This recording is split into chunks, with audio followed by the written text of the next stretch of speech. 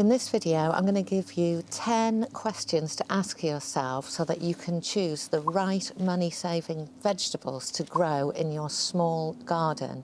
And then right at the end, I'm going to give you a bonus tip that I think is the most important question to ask of all.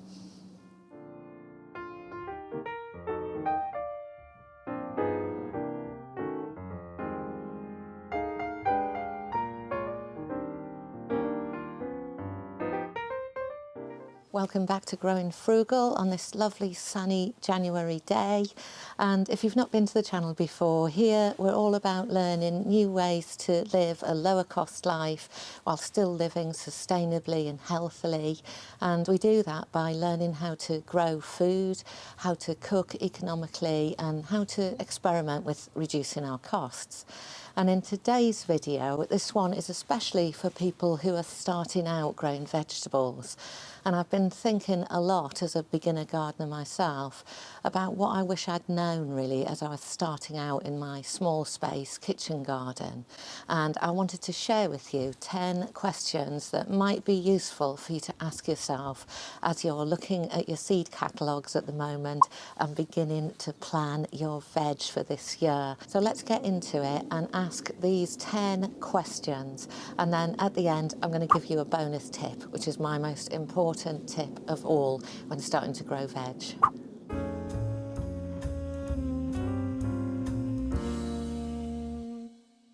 So question number one is it a crop that is expensive to buy in the shops but cheap and easy to grow at home? And a really good example of this is herbs. Herbs cost us a fortune when we buy them in the supermarket. They often die quite quickly if you buy the plants. They shrivel away and lose their lovely medicinal properties quite easily and quickly. So having a supply of fresh herbs at home is a real money saver. So even the smallest sprinkling of fresh herbs from the garden can make even the most humble of foods super exciting and really enticing for the eye as well. So herbs is one example, but there are others. So is the crop you're thinking of growing expensive to buy in the shops, but cheap and easy to grow at home?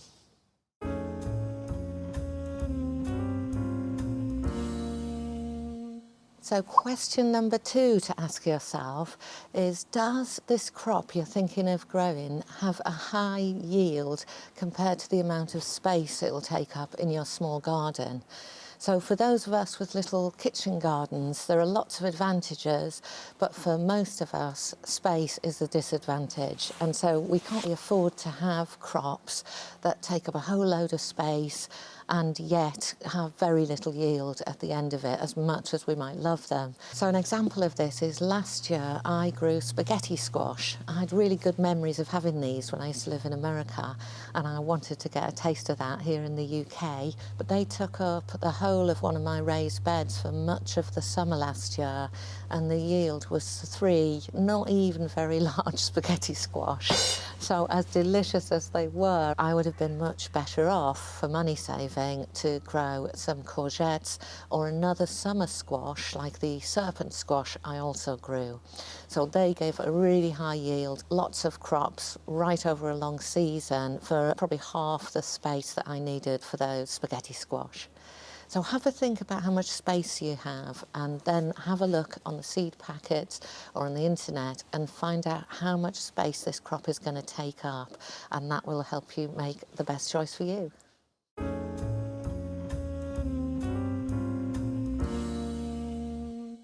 So question number 3 is, will this crop grow well in the garden and the weather conditions that you're working with?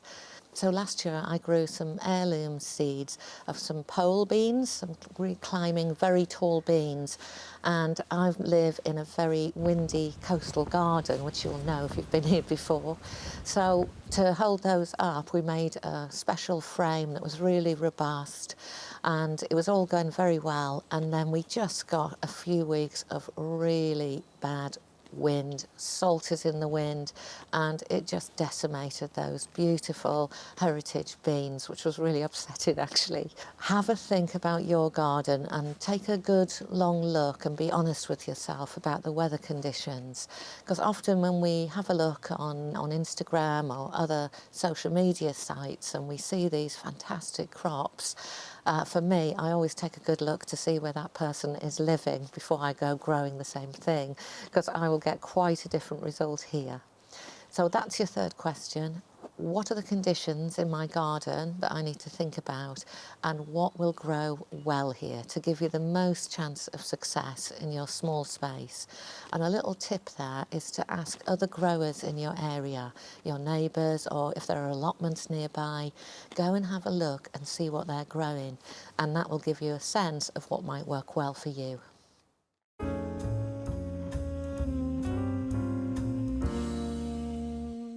Question number 4 to ask yourself is, will it grow vertically?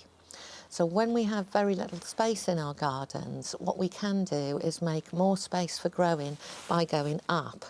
And quite a few crops will grow upwards if you provide a bit of support. So last year I grew these serpent squash, which are a little like a large courgette, and they grew beautifully up our garden fence just on a normal trellis. They grew really well vertically. Other plants I grew vertically last year were cucumbers. So some cucumber types will say that they are climbing types, and others, if you like the look of something, just have a search on the internet and you might find that even though it's not specified as a climber, that they do very well, and it's just not written on the seed type. So have a think, what could you grow upwards? And that will really free up some space in your garden and allow you to grow much more.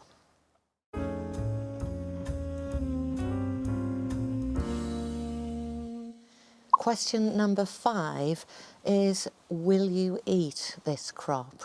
Be honest, because many of us love the look of loads of healthy, beautiful purple beetroot growing in our beds, and they're quite easy to grow and very satisfying. However, if no one in the family really likes beetroot, then maybe that is not the best use of your growing space when it's very limited. You can always find things to do with it, but perhaps think about saving your space for those kinds of fruit and veg that you actually go out and buy, so you can save yourself some money and everybody can eat well and enjoy the produce of your garden.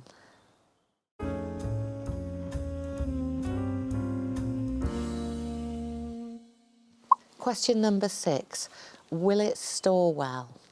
So when looking at growing fruit or veg, you'll find that many of the high yield crops often come in gluts. So they don't come like a weekly supermarket shop. They suddenly, over a short period, you might find yourself really overwhelmed with a particular fruit or veg. So what we don't want to do is to grow food and then waste it. And of course we can give it away and use the food sharing sites and share with neighbours, but ultimately you're here because you're looking to save a bit of money, and if you're looking to save money, it's a good idea to find some crops that will store well. So ask yourself and do a bit of research when you're looking at those seed catalogues. Will it freeze well? Will it store in another way? So onions, some forms of squash will store very happily in a cool, dark, dry place for many months after you've got them. So here we are in January and I've still got some Crown Prince squash stored really well up in the loft. So will it store just on its own, or will I be able to dry it? So you might dry some foods to preserve them. Or will I be able to make it into a chutney or a jam or some other form of preserving, so that when the gluts come, you're ready for them and you can preserve that food in whatever way suits it. So when you're choosing through those seed catalogues, have a think, not just at how beautiful they look, but will I eat it and can I store it somehow, so that when the gluts come, you're actually storing up food for future months, which will really save you some money.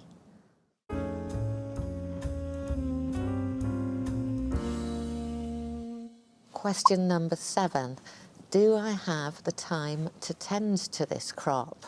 So when you're looking into your seeds and thinking about what to grow, have a think about the time you have and be realistic about what you can actually do. So some crops can be grown in different ways to save you some time, and an example of this is I grow lettuce using the Charles Dowding method, where I only need to propagate the seeds about 4 times a year to have lettuce all year long. Whereas if I was growing lettuce in the more traditional way, where we're waiting for the lettuce to turn into heads and then cutting off the whole thing and bringing it indoors, that takes a lot more planning and a lot more what's called succession sowing. So have a think about whether you have the time to grow the crops that you'd like to, because if there's not time, with the best will in the world, you won't get it done.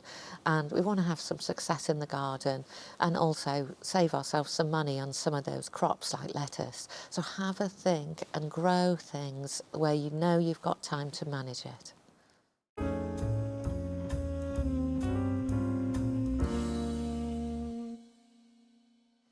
Question 8 is, will I be able to grow it in winter? So for those of us with really small spaces, to get the best value for money from our kitchen gardens or our container, small space gardens, we want to be able to use the plot all year long if possible. And this is one of the real advantages to having a garden at home as opposed to an allotment, because I can hear when there's a frost come in and I can rush out with some fleece or make sure my veg are under cover.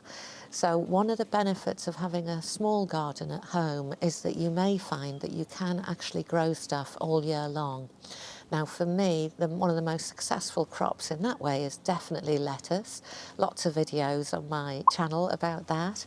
But also you can grow crops like chard, spinach, and I'm growing this lovely crop called Spigarieo, which is kind of broccoli type plant. And I'm harvesting and eating that now here in January. So as you're planning all year long for what you're going to grow, keep an eye out for vegetables that will grow in winter and incorporate those into your planning. And as well as saving you a bit of money, you'll get that real joy of picking fresh leaves or fresh plants and bringing them to the table right in the middle of a cold day.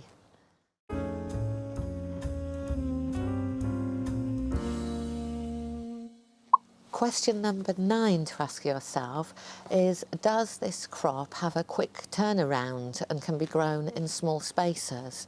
And the easiest example I can think of this is radishes. So radishes grow really quickly, and also they take up a very small amount of space. So when you've got a small garden, being able to interplant some of your crops with some small space crops can really get you a higher yield of stuff.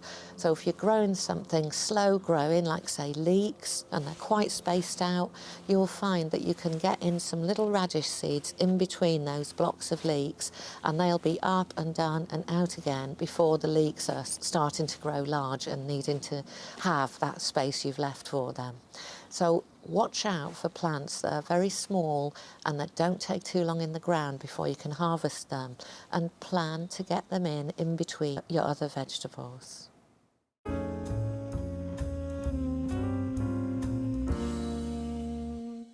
And then finally, question number 10, can I grow it in a container? So here in this garden I've got 4 raised beds, but I also have plenty of space for containers, and many veg can be grown in containers. So have a look when you're planning your veg to find some that will grow happily in a container, because you often find you can cram containers all over the place. You can put them on little steps and grow higher with them and get in loads more growing space. So have a look and see what you can grow in containers. And don't just read a kind of traditional book when you're looking for this. Go and have a look around on YouTube and have a look around on the web, and you'll find that people get very creative when it comes to growing fruit and veg. So learn from them and find out just how much of a container veg garden you can get growing this year.